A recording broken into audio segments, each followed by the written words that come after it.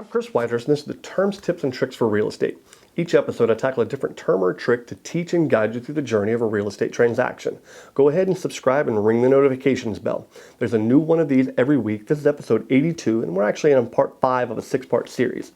As your real estate agent, my responsibilities to you could be wrapped up in a simple term, OLDCAR. Each letter represents a different obligation. Today, we're A, accounting. As your agent, I should account properly for all funds that change hands.